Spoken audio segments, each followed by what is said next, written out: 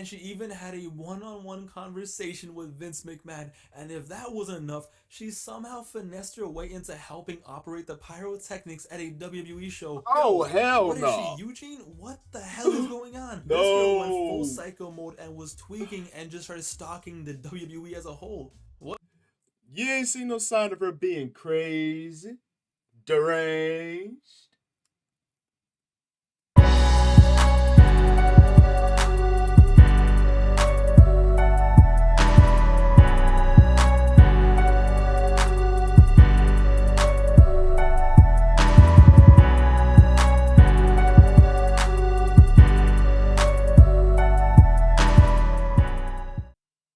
What's happening, people? It's your boy Blaze here, back at you with another one for Venomous Reactions. And today we got a video for wrestling gifts. The failure that was WWE Tough Enough. Ooh, there's a whole lot of areas to cover with this one because if you're not familiar with Tough Enough, I mean, think of it as NXT back in the day, but it was made into like a semi-reality show, however you want to call it. It had that reality show type of format per se for up and coming wrestlers to get into the business, and they had to go through a series of challenges and tryouts just to even not only to get into the show but also get into the show, compete and win. Uh, but as far as the results it produced, it's been less than stellar. So we're gonna see what Wrestling Gifts has to say about this one. So without further ado, let's check it out. Yes, sir. Hey guys, before we start today's video, I just want to say if you want to support the channel, go subscribe to the Patreon. The link is down in the description below. And now every month, a random Patreon sub will be selected and they will be able to choose a video topic for that month's video. So yo, we're basically doing our own bootleg version of Cyber Sunday and Taboo Tuesday. So yo, support the channel and maybe maybe a video that you want to see might end up on the channel. Thank you guys for all your support. Go check it out if you want to. But now it's time for today's video. Oh, this is gonna be good. I can't wait. The early 2000s were a wild time for television. Reality TV was taking over. Shows like The Surreal Life were popping. The iconic show that was Survivor was must-watch television. I mean, who didn't want to watch a show where a bunch of buffoons were placed on an island and try to survive? This was a new era for TV. This was the reality TV boom. Every cable network you could think of was trying to find their signature reality TV. Yo, that was like an interesting era of TV because reality shows was taking over every possible major network that there is right now. So I get what he's saying about that one, but there was some reality shows that hit, and there was some that was just like, yo, y'all could have kept this in the vault somewhere. So I get what he's saying. TV show. It was what the people wanted. People wanted competitions. They wanted drama. They wanted real life playing out. They wanted entertainment. They still want it. Once Vince McMahon found out about this, you bet your ass the WWE wanted in on that action. In the world of wrestling, there's always a hunt for talent. I would not be shocked. The WWE is always out there trying to find the next big star. From scouting former football players to wrestlers, gymnasts, holding various tryouts, the search is always on. So in 2000, the WWE was hotter than ever. They were the biggest thing on television, and as a result, a crazy opportunity presented itself. Yo, WWE in like the early 2000s, yeah, they were like the most watched because it was that much more entertaining. And the storylines, they actually made sense compared to recent years. Not really so much. WWE had signed a deal with MTV, and they were going to produce their very own reality TV show. And the goal of the show was simple. And I called it. It had that reality show type of format. So of course WWE was going to capitalize on it and find some way to not only give up and coming talent opportunity, but also cash out. To find the next big stars for the WWE. And this was supposed to be the new way. This was going to be a way for the WWE to make stars in front of the world. Stars that the fans could see grow and develop into professionals. This was going to be a way to get ratings, make money, build the future, and maybe, just maybe, even get accepted in pop culture as more than just wrestling. And the original idea was simple, True. but it was perfect. 13 wrestlers living together in a house, training and finding out who was tough enough. Everything was in place for this to be a huge success, but 21 years later, the original Tough Enough series leaves a legacy of memes, failures, depressing stories, bullying, and so much more. Ladies and gentlemen, this is the failure that was WWE Tough Enough. Tough Enough Season 1 began on June 21st, 2001, and 4,000 people sent in videotape auditions to be on the show, and there were some real bozos to say the least. Yo, what is this? But somehow, regardless of the audition tape, Season 1 of Tough Enough was awesome, and the judges for the first season were Al Snow, Taz, Jacqueline, and Tori. And as you can see, there were some very familiar faces on the show. One of the funnest parts of Tough Enough over the years was always seeing these kids who for the most part never really wrestled a day in their lives get into the ring and just get absolutely clapped. These poor kids had no idea what they were getting themselves into. In the first season, you had this girl named Victoria who just took some bumps and just bang, her head hits the floor and she was like, alright, you know what, this is not for me, I don't know if I want to be a wrestler. And it's like, sweetie, what did you think you were going to do? But for the facts, like for real, like you see it on TV, you think you want to get into it, but then when you get like a crash course into the reality of the wrestling business, like yeah, you gonna have to put in some work, and if you're not mentally strong to handle that, you might want to find something else to do in life, because you're not gonna survive. You will not. For the most part, Tough Enough Season 1 was super lighthearted, it was chill, there was some drama but nothing crazy, and it really focused a lot on who would be the best wrestler for the company. The show had a nice charm to it, but the funniest and most iconic moment of Season 1 without a doubt is when Mr. Triple H pulled up to talk to the contestants. Yo, Triple H came in the 3rd episode and he just went on a rampage of a speech, basically trying to scare these kids away from being a wrestler. He just goes in there and says, either you have it or you don't. I mean, that's the thing about Triple H. Like, he's not gonna cut any corners with you. He's gonna shoot it straight from the hip. Like, you either want to be in this business or you don't. If you do, you better be for the right reasons. Cause otherwise, you're gonna be wasting everybody's time. The trainers, the backstage personnel. I mean, even the on-screen talent. You're gonna waste all of their time. So man, Triple H ripped into these kids so viciously. Woo! If you know, you know. You need to live and breathe wrestling. And in the middle of his speech, he's standing there and he notices this guy named Daryl standing there and he straight up tells him that one of his nuts is hanging out of his shorts. And turns out Daryl had a big ass hole in his shorts and his nuts were actually hanging out. That is embarrassing. Bro, huh? But that's not even the iconic part. The iconic part was about Goldberg. And now you're thinking, what the hell does Goldberg have to do with anything here? In the 2nd episode of this season, a contestant in his room put up a Goldberg poster and Taz just walked in, ripped it down and said, wrong company. So when Triple H heard of that, you already know that Mr. H was pissed and he was cheesed that it wasn't his poster that went up. So in the middle of his speech, he just randomly starts talking about Goldberg. Goldberg's at home in Atlanta just catching these strays and he's just like, Goldberg can't wrestle. He had everything handed to him. He can't wrestle for longer than 4 minutes. Basically just said whoever had that Goldberg poster up was an idiot. Bro, can someone please tell Bret Hart that this happened? Someone show him this clip. But yeah, Triple H just went off on these tangents and these rants, and his speech was so effective that the first elimination happened because of him. A contestant left the competition because of Triple H's speech, and it scared him and made him realize that he wasn't about this wrestling life.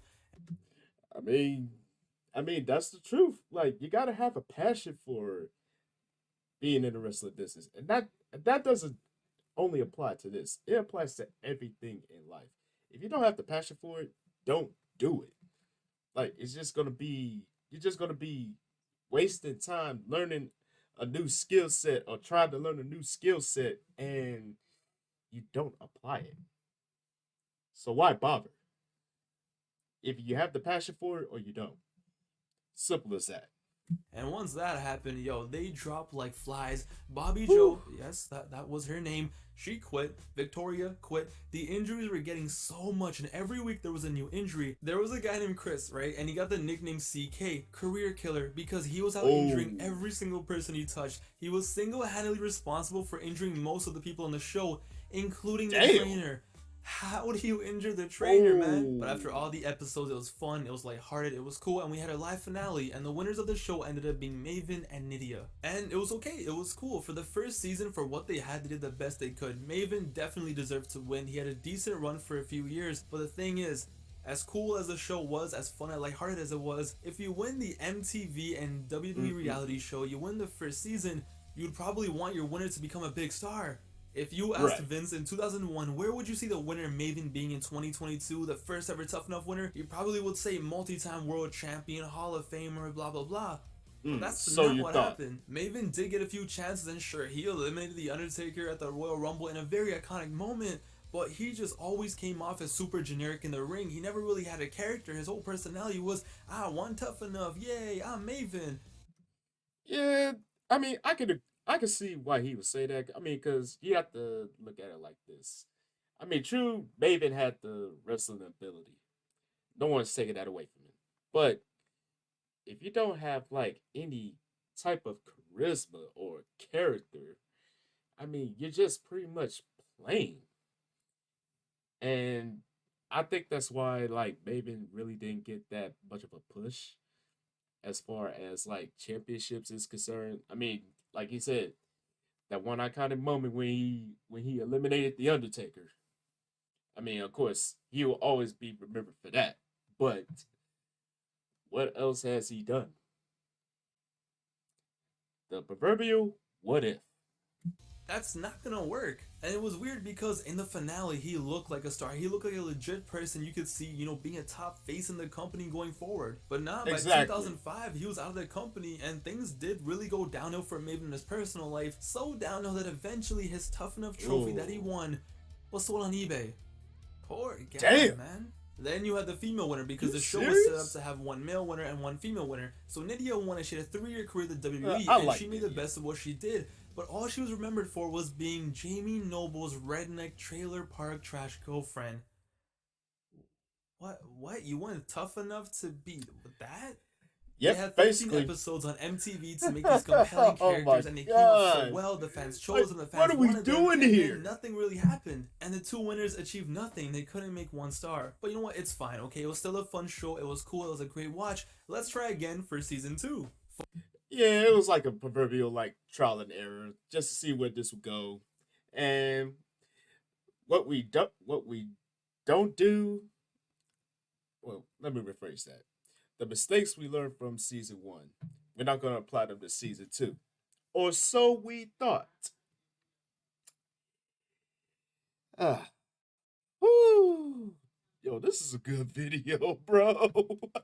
Fun fact about season 2, Shad Gaspard, rest in peace from Crime Time, was actually going to be a contestant on the show. He Whoa. passed the auditions, but sadly failed a drug test, so wasn't allowed to be on the show. And honestly, Ouch. that was probably the best thing to happen to him. John Morrison also tried out for Honestly, the show, and he yes. killed his tryout. He was considered the best looking, the most athletic, and a clear-cut favorite, but they didn't even let him on the show. Because despite displaying well-tuned athletic ability, his arrogance irritated the judges. So they're like, no, we don't want Wow. you. Season 2 is where the show slowly shifted into becoming a mess. First of all, this is a season where Damn. contestant Jackie cheats on her boyfriend with another contestant Pete. And then in the same episode, she later starts tripping about it and crying because she's like, oh no, my boyfriend is gonna find out. Yeah, duh. Fam, you're on TV. What do you think's gonna happen? Well, the fun Ah. Yep, this is definitely reality TV formatted. Cause girl, what you expect was gonna happen? You think he wasn't gonna watch the show and this is not gonna turn out and he's not gonna find out? Think smarter, think smarter. funniest part about that, about the cheating storyline, regardless if it was real or fake, it's a reality show, we don't really know. Guess what wrestler drops by that day to talk to the contestants? You think you know me? Edge. Of course, Mr. Edge. God damn it, Edge. When they told you You to give think you know advice to me? the wrestlers, they didn't mean give advice about how you're gonna cheat on your partner. No, but nah, this season was filled with idiots. You had Pete, who had a tattoo of the Italian flag on his arm. The issue was, it was backwards. How does that happen? But once again, it was a solid season. You learned a lot about the I wrestling quit. business. It was great to watch. And at the end, there were 4 people left: 2 girls and 2 guys. Now, on the female side, it was Jackie and Linda. Yo, hold up, hold up. Let's take it back. Yo, I did not know that Kenny King was a part of Tough Enough too. Yo, that just shows how much I watched season 2. Like, I completely given up on Tough Enough after season 1. But to see Kenny King be a part of Tough Enough, wow. And look at what he's doing now. That is the biggest slap to WWE's face. Like, you should have got this guy. You should have.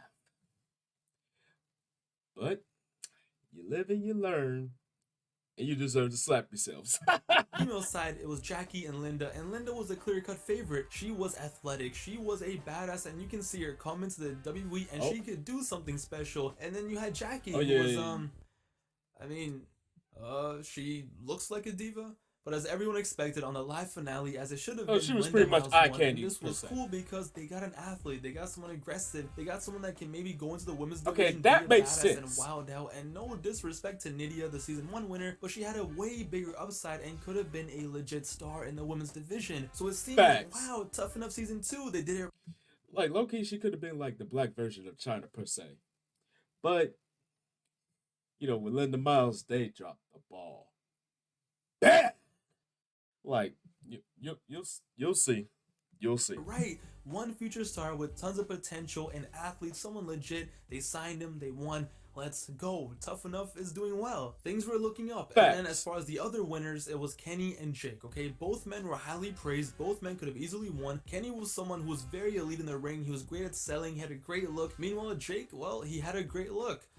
Not in my opinion, but for the WWE in 2002, caption. yeah, definitely a great look for what they would want. But either way, they both could have been something. But everyone really did believe that Kenny should have won. He was a clear-cut favorite. So Stacy goes up there and she's about to announce the winner. Kenny and Jake are sitting there. Kenny has it in the bag. He was the best contestant compared to everyone. Season 1, season 2, it was an easy W. And then you hear Stacy and she's like, are you sure this is the winner?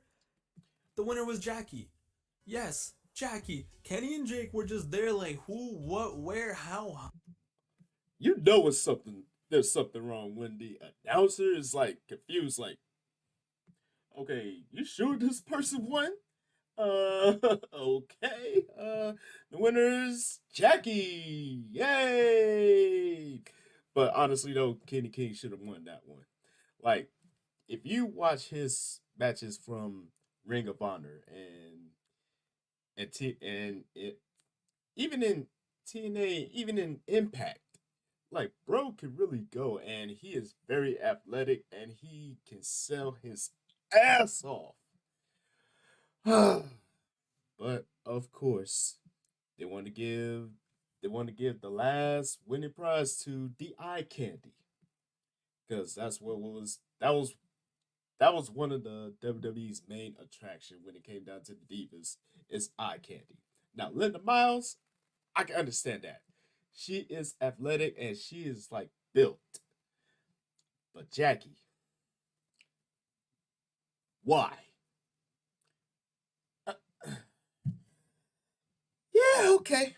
Huh? The WWE swerved everyone by having 2 women win. Well, Oh, Kenny they and Jake were swerved lost in the sauce majorly. and they just look so sad. This is where the failures of the show began. They had a potential star right there in Kenny, but what they do the swerve, bro. They signed a girl who shouldn't They have been swerved close to the finale, shouldn't have horribly. been close to winning. But no, they Like, one have of the to do winners swerve, made and they had sense. Jackie win. The other Everyone one, thought there'd be 1 male it's winner just and why. 1 female winner because that's how it was last season. But this season, they didn't mention that. They sneakingly didn't mention that. And at the end, when everyone expected 1 male, 1 female, they swerved everyone by having 2 girls win. One who did deserve it, and the other one who nobody really wanted to see win in the first place. After such a Damn. solid season where you learned so much about wrestling, about the professionals, and yeah, you had your fun, you had your stupid storylines, which it's a reality show, you need them. All they had to do was cap the season off by having 2 legit winners that people wanted, but nah, they went for the swerve, and after this, it was GG for Tough Enough. 1 out of 2 so ain't Jackie bad. ended up on a Raw match a few weeks after winning, and the match was so bad, it was so bad that it's been called that Jackie match. For the longest time, this match was so hard to find because the WWE removed all versions of it from YouTube and Daily Motion, you name it, it was gone. Meanwhile, Linda Miles, the athlete, the former college basketball player, the badass, that was horrible. What do they do to her? They have her become the manager of the Basham brothers as a dominatrix. Huh? Yep, apparently that was the thing. So they made her out to be like the manager of the Basham brothers. And she was basically the dominatrix of both of them.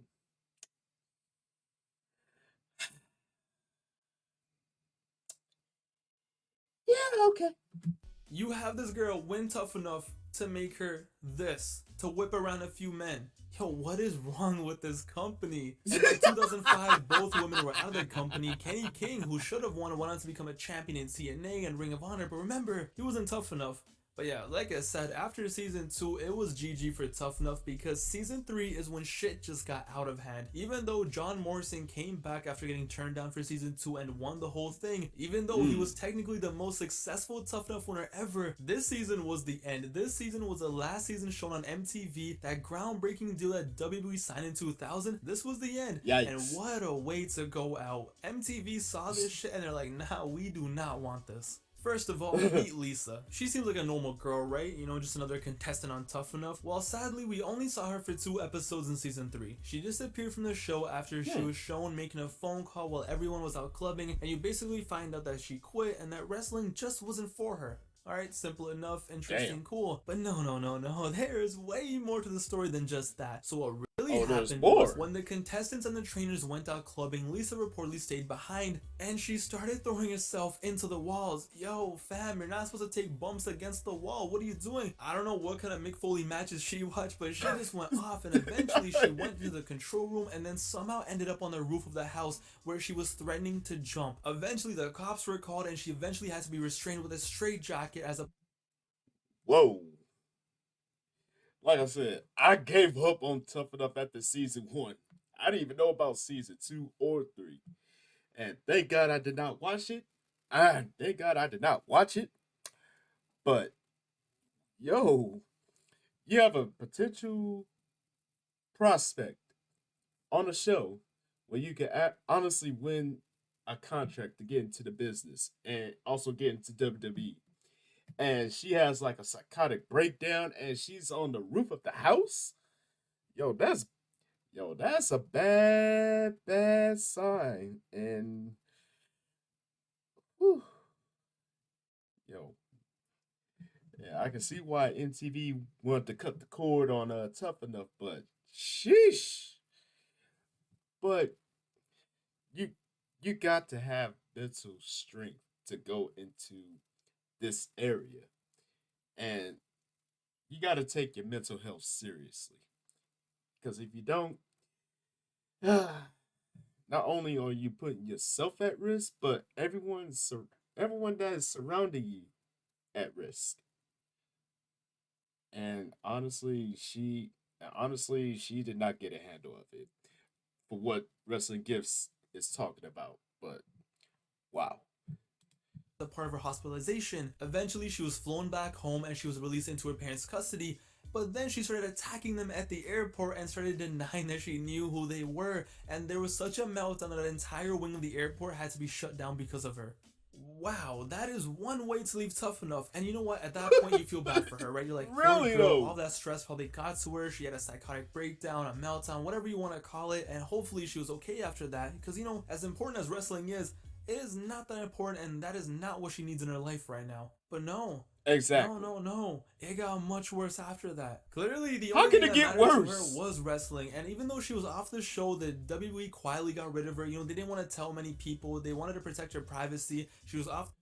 And also, it would have been bad publicity in the midst of everything.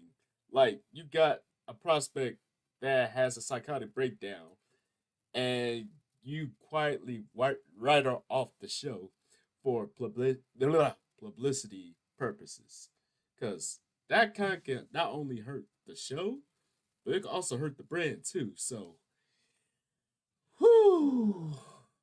the Good show, Lord. and she's not their problem anymore. Everyone went their separate ways. But nah, she loved wrestling, so she came back and she would go to WWE shows and she would use her status as a Tough Enough contestant, or sometimes she would lie and say, oh, I'm a trainer with Al Snow, and she would find herself hanging out backstage at WWE shows like she was just another employee. She became a full-fledged WWE stalker and would hang out backstage with other wrestlers and convince them she was one of them. She would go backstage at shows, and she even had a one-on-one conversation with Vince McMahon. And if that wasn't enough, she somehow finessed her way into helping operate the pyrotechnics at a WWE show. Oh, hell What is no. she, Eugene? What the hell is going on? This girl went full No. psycho mode and was tweaking and just started stalking the WWE as a whole. What?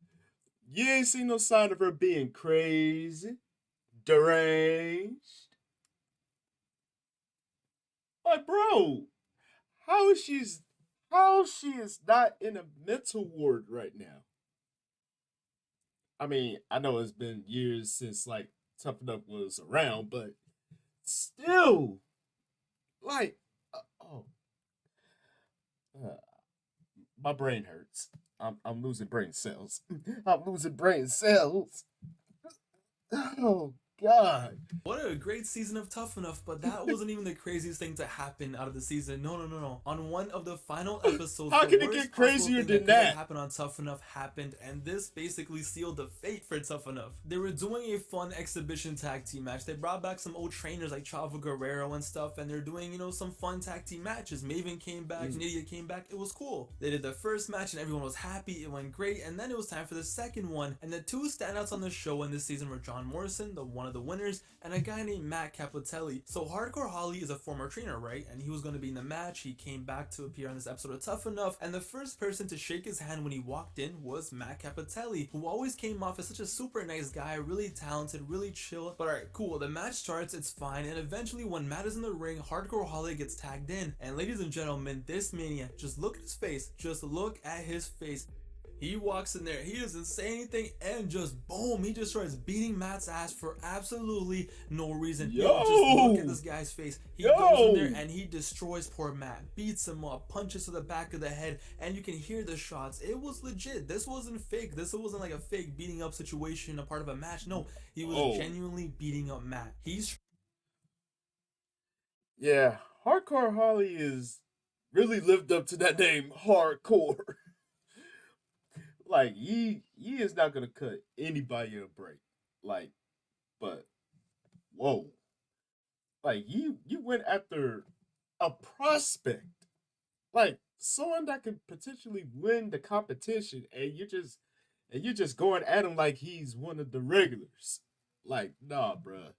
That was not it. Straight up kicks him in the face. He is bleeding, getting his hair pulled, and just look at his eye. The poor kid got beat up for no reason, and Hardcore Holly would then go on to defend it, saying, I gotta show him it's not a game. Fam, we know it's not a game, but come on, what kind of stupid old vet? Yo, there's other ways that you could do that, my guy. Like, you didn't have to go at him and just give him the beats like he's like one of the regulars. Like, no. Like, you could have had a conversation with him. Like, you could have shown him like footage or something. You didn't have to beat him down like oh my god. Hardcore Holly.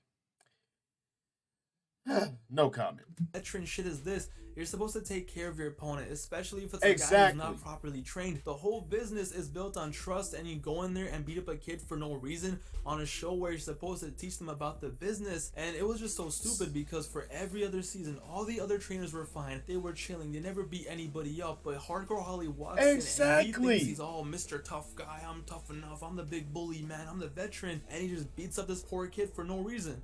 In interviews in the future, Hardcore Holly always defends it. He's like, I was in a bad mood, but you know, they were laughing, they were goofing off, and I wanted to show them this is a tough business. It's like, yeah, they're wrestling with their heroes, they're wrestling with past winners, everyone's hugging each other and having a good time. You don't have to Exactly. beat them up It's for no all reason. fun. Wrestling is all about trust, and Matt went in there trusting Holly, and Holly did this, and it was a huge incident that even Jim Ross looks back at it and he says, it was bad. It was not right. But Matt was still the bigger man. That's Okay? an After the match, understatement. after he got his ass beat, he went up to Hardcore Holly and he shook his hand. But if you look at this clip, you can see that Holly still didn't even give him proper respect after that. This got tons of attention and there was a lot of controversy. But once this happened, once the WWE got a taste of this attention, it was over. It was done. They got a taste and they loved it. Eventually, Matt did end up as a co-winner, and sadly, he got diagnosed with a brain tumor and was forced to retire and passed away. Rest in peace. But after season 3, after the Holly incident, after the controversy, Tough Enough just became a way for them to basically haze kids who want to be wrestlers. But Yo, honestly, I did not know old boy Matt passed away. Like, I mean, you know, that's actually sad when you think about it. Like, you have dreams to make it into the wrestling business, and then you find out you're diagnosed with like a brain tumor or some type of physical ailment or illness, and then all of a sudden it consumes you. It consumes your everyday aspirations. Like, it cut that list down by like a major margin. That sucks. But honestly, he just went on about his life, and he did the best he did the best with what he could at the time before the diagnosis took over his whole life. So I gotta salute him for that one. R.I.P. to Matt. I I I honestly cannot pronounce his last name, but salute and R.I.P. them in situations hoping that something would go down, there'd be a fight or something would happen. It wasn't like, oh, are you tough enough to be a wrestler? It became, are you tough enough to survive the antics of like Hardcore Holly? So MTV, because of the controversy, ratings, and obviously money, they canceled Tough Enough, but the WWE they still wanted to go I with can it. understand so what why. they did is they put Tough Enough season 4 on SmackDown. It was a part of the weekly show, and the contestants for season 4 were I honestly remember the that one. best of them all. You had The Oh Miz, my God. Ryback, Daniel Puder, who was an MMA fighter, ended up Cried winning, back. who had featured Spirit Squad member Mitch, and it looked pretty promising. But what they did in this season was just straight up insane. This had nothing to do with wrestling anymore. I don't even know how to explain Not the at shit they all. did in this season. A show that started as a lighthearted show where they would learn how to become wrestlers. It was fun. It was heartwarming. It was really interesting to see. Became I mean, honestly, I thought it was a fun addition to like the weekly program of SmackDown, but like I said, they tried a new tactic, but even that failed. As you soon shall see. Whew. this. It became where if they lost a competition, they would have to dress up as women and go, strip at a strip club. Huh?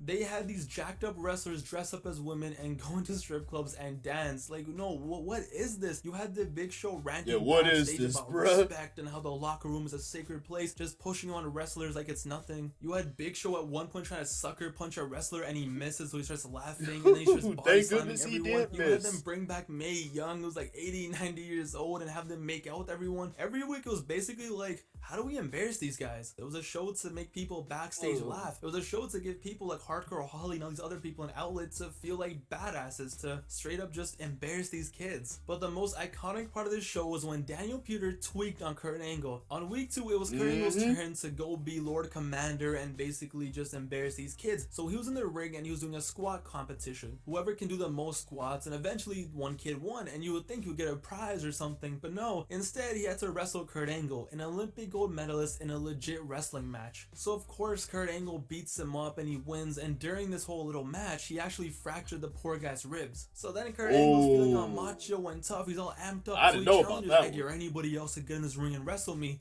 What happens? The MMA fighter Puder walks in there like a total badass and he puts Angle in a Kimura lock. He was so close to breaking Kurt Angle's arm. This was not planned. This was not a part of any script. Yeah, honestly, that was not supposed to happen. Like you would think like, oh, Daniel Puder. I mean, he was gonna win the match against Kurt Angle, but I mean, how would that look? Like, Kurt Angle was one of the top stars in WWE at the time. Like, how would that look? Him losing to like a tough enough contestant. That would have looked all bad.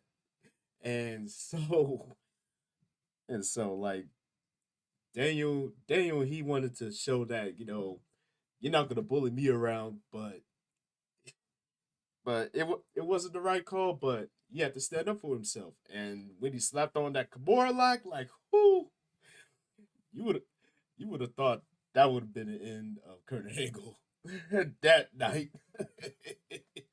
Script. This was not supposed to happen, but they had Yeah, it Daniel wasn't. Peter, a rookie, so close to breaking one of the top stars in the company's arm. And it was like, what a mess, because you can't even blame them, because like Angle wanted this. Angle wanted to have a shoot fight with Yeah, another one. he He kind wanted of to did prove a ask for point. that one. And whether right or wrong, Peter stepped up, and luckily for Angle, so luckily for him, the referee saved him. And I'm not saying what Daniel did was right, but stuff like this was bound to happen. You bully these kids, Facts. you embarrass them, you haze them, you make them look like jokes, and when you want to legitimately fight them, of course, eventually someone's gonna step up.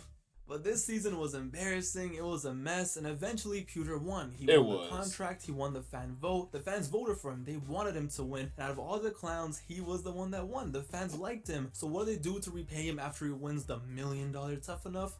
Do they make him to the face of SmackDown? Do they push him? Maybe US champion? Do they make him a good guy, saving the day, blah blah blah, something, because the fans clearly like him, they wanted him to win. No. Instead they make him to a heel. Great thinking, guys. Let's take the wrestler who the fans wanted to see succeed Good and let's make him to a job. bad guy. Great. What is wrong with this company? A few months later, the winner of Tough Enough, Daniel Peter, gets chopped up at the Royal Rumble, and you never see him again on WWE television. At all. What a waste of time. Nah, man. Tough Enough was such a failure. This show started out with such great promise. There was hype, there Beyond was excitement, failure, and even bro. if the Like, first what season the didn't produce a hell? star, it was still so fun to watch, and there was potential. You could invest in the people. You wanted to see them succeed, and you wanted to see how wrestling training truly was. But over the years, it went from that to this. It became an outlet To for a the complete WWE to worse. just do whatever the hell this is. The most successful winner of Tough Enough was John Morrison, and everyone else who ever succeeded after being on Tough Enough was not a winner. It was people like Miz and Ryback, Josh Matthews, Kenny King and Matt Morgan in TNA and elsewhere. They didn't succeed because of Tough Enough, they succeeded despite of it. Man, what a crazy That is a adventure fact. this was. What a time it was to be alive. It is crazy to see what Tough Enough began, because everyone knows, just watching it, just looking at the idea, this could have been special. And you know what? The WWE thought that too, because they took 6-7 years off, and in 2011 they definitely did bring back Tough Enough. And of course it didn't work out. Of course not, because they don't know how to do stuff like this. What a crazy time. In the comments below, let me know your favorite Tough Enough moments, if you have any, your thoughts and memories, and just your overall opinion on Tough Enough. It's your boy Pap, aka Wrestling Gives. This video has been long enough. I'm out of here, but I really hope you guys enjoyed this video. Like, comment, Oh, I subscribe. did. Believe I'll see you me, guys I soon did. for another video. But for now, I'm out of here. Peace. Later. Man, Tough Enough was just a colossal waste of time. Like, it's like one of those ideas that sound good on paper, but as far as execution wise, it was just like all over the place. Like, people really didn't know like the format. They really didn't know how to conduct the show. And I mean, they saw like the whole reality TV format was like another cash cow per se, and they capitalized on it, but the results really didn't pan out to anyone's favor that was even on the show or has won the competition. So yeah, it was a colossal waste of time. But let me know what y'all thought about this one. I know this was a long one, but I had to get this one out. So please bear with your boy. Bear with your boy on this one. So as always, thank y'all for tuning in. Hopefully y'all enjoyed it. And don't forget to tell your peoples across the globe, come kick it with your boy just one good solid time. Like, comment, subscribe, and don't forget to share and hit your boy up on social media. Right over yonder. Oh man. Yeah, you already know it was a long video. But anyways, this your boy Blaze here saying Chuck the Deuce, and I will see y'all in the next one. Peace.